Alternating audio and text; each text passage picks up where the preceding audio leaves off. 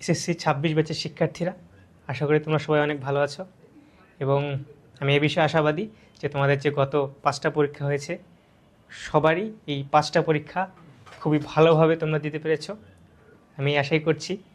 তো আমাদের সামনে হচ্ছে সাধারণ গণিত বা গণিত পরীক্ষা আর কি।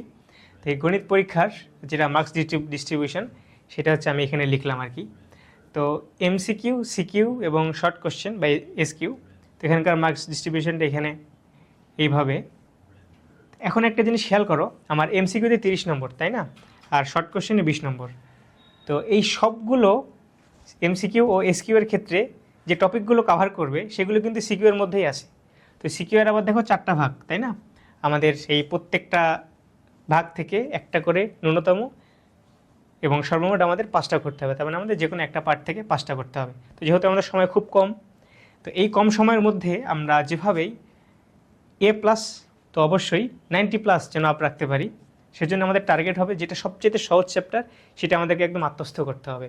এবং এই গণিতের মধ্যে সবচেয়ে সহজ অধ্যায় হচ্ছে সর্বশেষ অধ্যায়, চ্যাপ্টার 17 বা হচ্ছে পরিসংখ্যান। এইখান থেকে কিন্তু দেখো একটা চ্যাপ্টার মিলে একটা বিভাগ এবং সেইখান থেকে আবার 2টা সিকিউ আসবে। তার মানে যেহেতু আমাকে যে কোনো একটা বিভাগ থেকে এখানে 2টা সিকিউ দিতে হবে, তো সেই বিভাগটা হতে হবে আমার ঘ বিভাগ বা পরিসংখ্যান। এখান থেকে আমার যেহেতু 2টা সিকিউ আসবে, তো আমি এই 2টা সিকিউ এখান থেকে মাস্ট অ্যান্সার করব। তো এই 2টা সিকিউ মাস্ট অ্যান্সার করার জন্য আমাকে এই চ্যাপ্টারটা পড়তে বেশিক্ষণ সময় লাগারই কথা না, একদম ইজি। জাস্ট কয়েকটা সূত্র আছে, ওগুলো যদি মাথায় ঢুকাইতে পারো আর কয়েকটা ম্যাথ প্র্যাকটিস করে যাও, একদম ইজি। তারপরেই আমাদের ইম্পর্টেন্ট যেটা, সেটা হচ্ছে বীজগণিত। এখানে তিনটা চ্যাপ্টার আছে, চ্যাপ্টার 2, চ্যাপ্টার 3 আর একটা চ্যাপ্টার 11। তো এই পার্টটা একটু কঠিন তুলনামূলকভাবে। তো এই পার্টের ক্ষেত্রে আমরা যারা চ্যাপ্টার 2 স্পেশালি চ্যাপ্টার 2 আর চ্যাপ্টার 3 যেটা, এটা যদি আমরা একটু রিভাইজ দিয়ে দেয়, চোখ বুলাই যায়, তাহলে আমার এমসিকিউর জন্য কিন্তু কাভার হয়ে যাচ্ছে। কারণ এমসিকিউতে এই বীজগণিত থেকে মোটামুটি 12 থেকে 15টা এমসিকিউ থাকবে।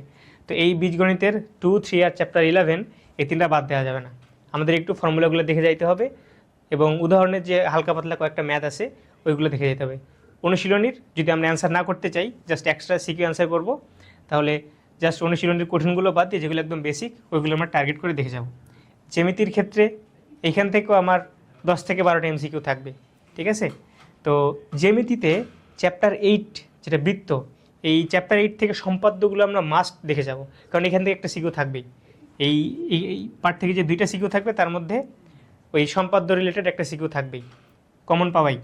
যদি পুরোটাই কমন না পাও, অ্যাটলিস্ট 6 বা বিসি যদি ধরি, তাহলে হচ্ছে বেশ ভালো রকমের একটা নম্বর কমন পাওয়া যাবে এখান থেকে। তো সম্পাদ্য আমরা বাদ দেবো না।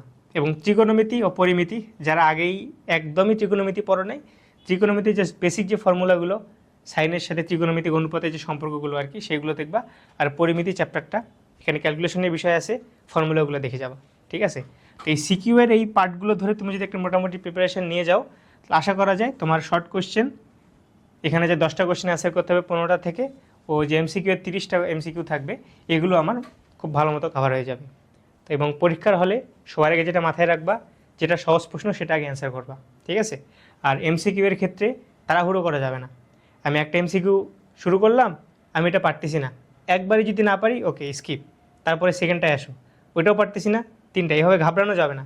এভাবে করে একবারই দেখতে হবে, ফার্স্ট অ্যাটেম্পটে যদি না হয় সেকেন্ড অ্যাটেম্পট নেওয়ার দরকার নেই, ফার্স্ট অ্যাটেম্পট হচ্ছে না স্কিপ, তারপরটা। এইভাবে করে করে পুরো সাইকেল 30টা কমপ্লিট হওয়ার পরে যেইগুলো পারি নাই সেগুলো আবার আমি শুরু করব, কারণ আমাকে পুরো কোশ্চেন তো একবার কভার করতে হবে, তাই না?